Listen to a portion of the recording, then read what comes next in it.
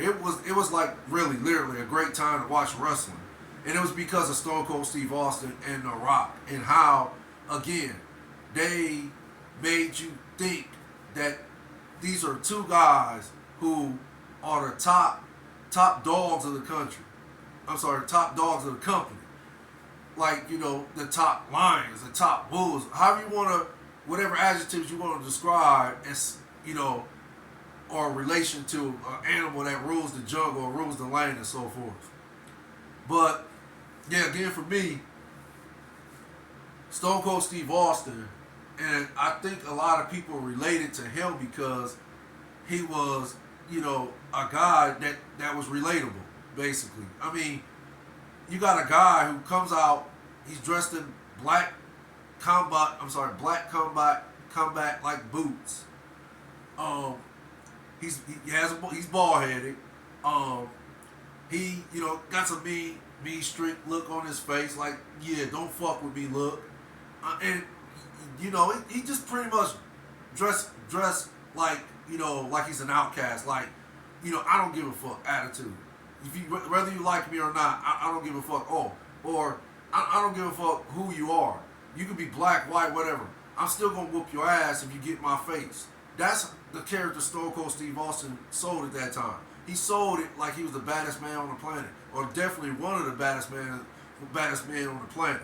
So, and then of course he gets in the ring and he's drinking beer. He's chugging it. Oh my gosh, he's smashing the cans together and chugging them two at a time. I mean, who can't relate to that? I mean, it's beer drinkers. That is, what beer drinking in the country, let alone worldwide, can't relate to taking some beer, two beer cans, smashing them together, and just chugging both of them at the same time, just to impress the ladies, or impress your boys and so forth. So, yeah, I think the character Stone Cold portrayed was very relatable. People understood it. People felt that, okay, we got a guy who represents us. Yeah, yeah. Who don't want to, throw up your middle finger and say F the boss when the boss is, not being respectful, or just, basically feeling because the boss of the company, he can talk to you any kind of way.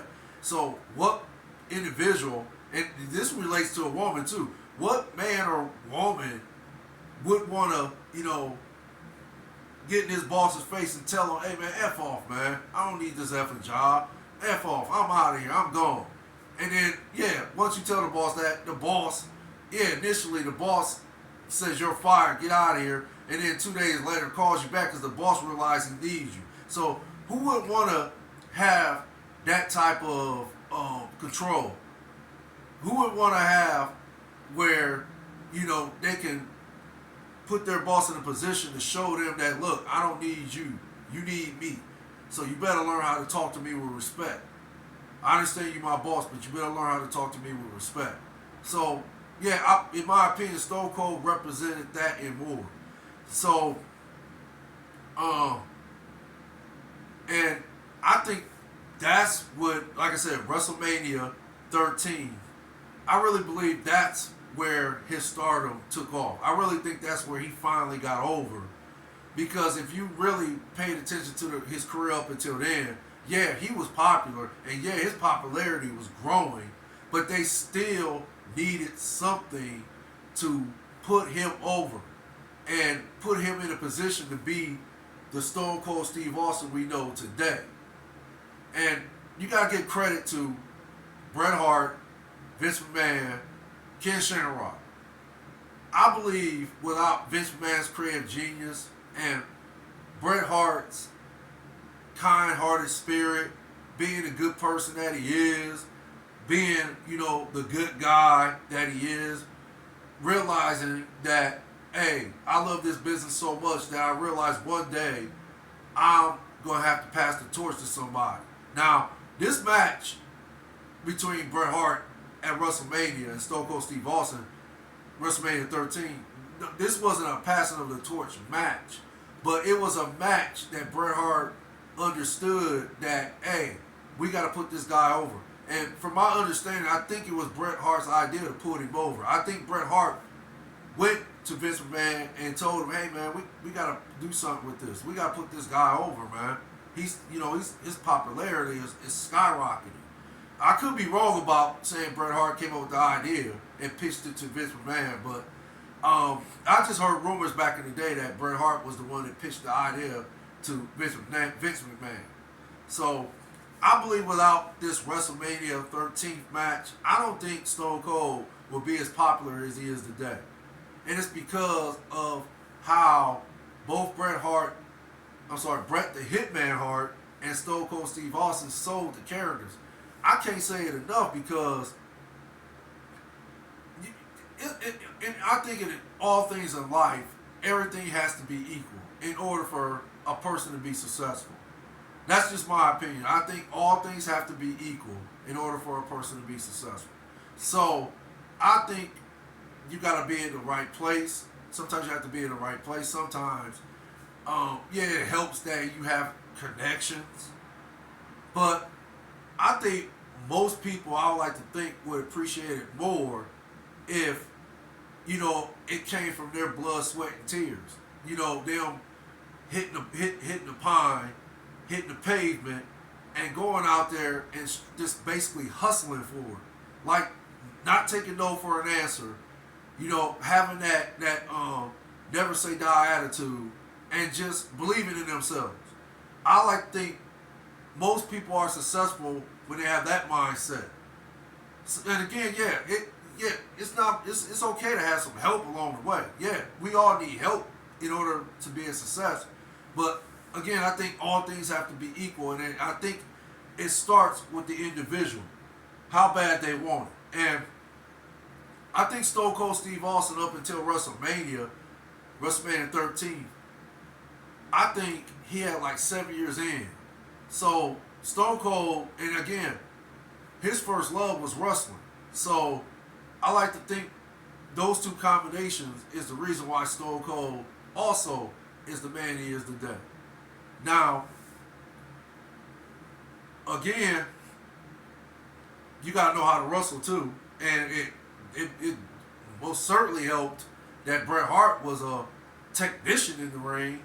So that helped. And then you got Stone Cold Steve Austin, who has experience in the ring. And again, Stone Cold could wrestle.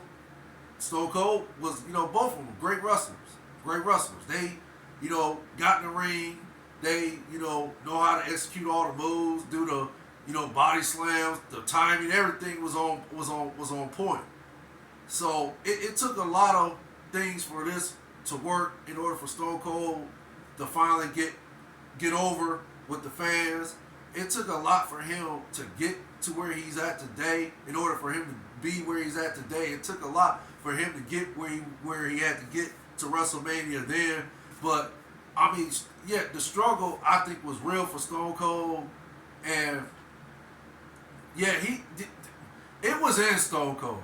I think that's another reason why Stone Cold is so successful today. It was that drive, that hunger, and that will to just want it. And Stone Cold, I mean, if you look at his career prior, I mean, he was in WCW. Yeah, he won the WCW World Television Championship. Yeah, that was pretty cool. And then he won the NWA / WCW Unified Tag Team titles with Brian Pillman. Yeah, that was cool too.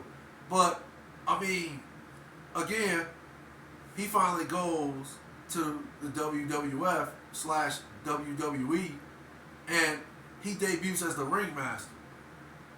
I mean, look at all these steps he had to take to get where he at today. I mean, if that's not hustling, if that's not believing in yourself, if that's not, just keeping the fight, keeping the good fight and so forth, then I don't know basically what to tell you. Because for me, that's what it is for me. It's all a bunch of hustle.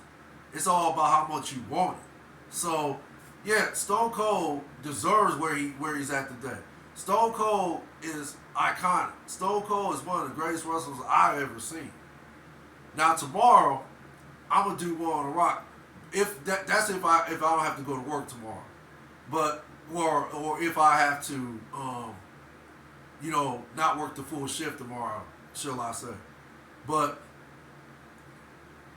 yeah, The Rock, like I said, I'm gonna do his background tomorrow.